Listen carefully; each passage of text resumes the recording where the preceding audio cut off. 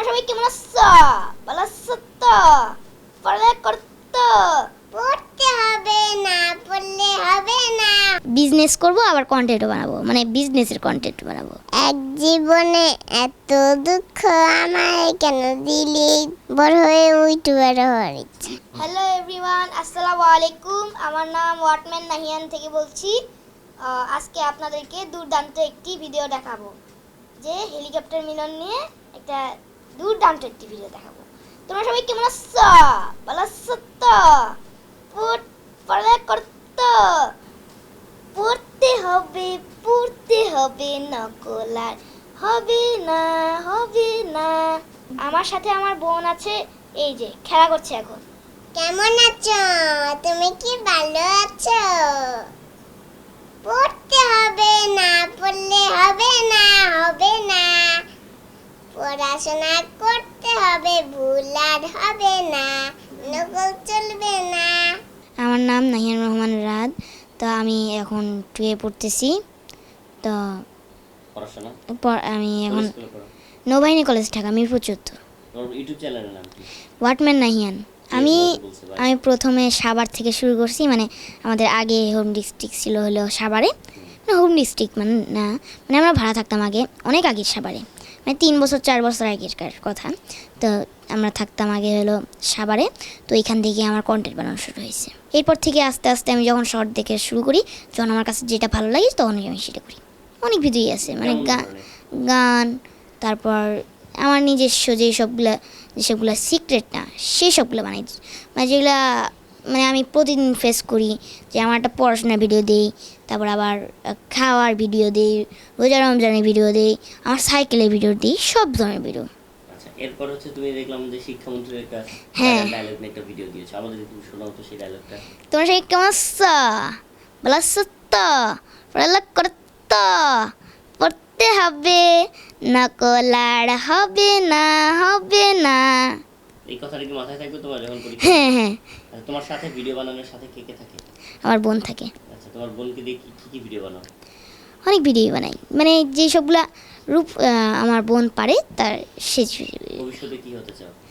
আমি একজন ব্যবসায়ী, ব্যবসায়ী হতে চাও? মানে businessman। কন্টেন্ট হ্যাঁ বানাচ্ছি, তারপর পরে যে আমি একবার বিজনেস করব, আবার কন্টেন্টও বানাবো, মানে বিজনেসের কন্টেন্ট বানাবো। তোমার বাবা মা তোমাকে কেমন সাপোর্ট দিচ্ছে তোমার এই অনেক ভালো সাপোর্ট দিচ্ছে, ভালো। পড়াশোনা চলছে ঠিক? হ্যাঁ পড়াশোনা চলছে কেমন লাগে ভিডিও বানাতে? ভালো। ভালো লাগে? তোমার আব্বু আম্মু তোমাকে সাপোর্ট করে যে ভিডিও বানাও, ভালো লাগতেছে? একটা গান শোনাও তো, যে ভিডিওতে একটা গান শুনলাম তোমার, ওই যে তুমি নাকি দুঃখ পেলা, কি গানে একটু বলো তো গানটা। এক জীবনে এত দুঃখ আমায় কেন দিলি? তুই তো এমন ছিলি না রে, এমন কেন হলি? তোর আকাশে তারাগুলো আমায় ডেকে বলে, তুই নাকি অনেক এগিয়ে গেছিস আমায় ভুলে। এই গানটা কোথা থেকে শিখছো? এই গানটা আমি এই মোবাইল থেকে, ইউটিউব থেকে। দেখে দেখে শিখছো? ইউটিউবিং করতে তোমার কেমন লাগে? ভালো। যারা তোমাদের ভিডিও এখন দেখবে তাদের উদ্দেশ্যে কি বলতে চাও? বলতে চাই, তাড়াতাড়ি দেখেন, কিন্তু সাবস্ক্রাইব করেন দেখে, কিন্তু কি হওয়ার ইচ্ছা বড় হয়ে? বড় হয়ে ইউটিউবার হওয়ার ইচ্ছা। ইউটিউবার হওয়ার ইচ্ছা? ইউটিউবে কন্টেন্ট বানাবা? ঠিক আছে। আর একটা গান হইল বৈশাখের বিকেল বেলায় তোমায় নিয়ে বকুলতলায় প্রেমের এখন গান শোনাবো। আসলে আমরা প্রথমে বিষয়টা খেয়াল করিনি, ওরা যে ইউটিউব দেখে, রিলস দেখে, এটা থেকে ওরা নিজেরাই ইন্সপায়ার্ড হয়ে নিজে থেকে একটা ইউটিউব চ্যানেল খুলে, এবং ফার্স্ট ও আমার কাছে আসে যে মা ইউটিউব চ্যানেল কীভাবে খুলে তুমি কি জানো? আমি বলছি যে বাবা আমি তো এখনও ওইটা ভালো মতো জানি না।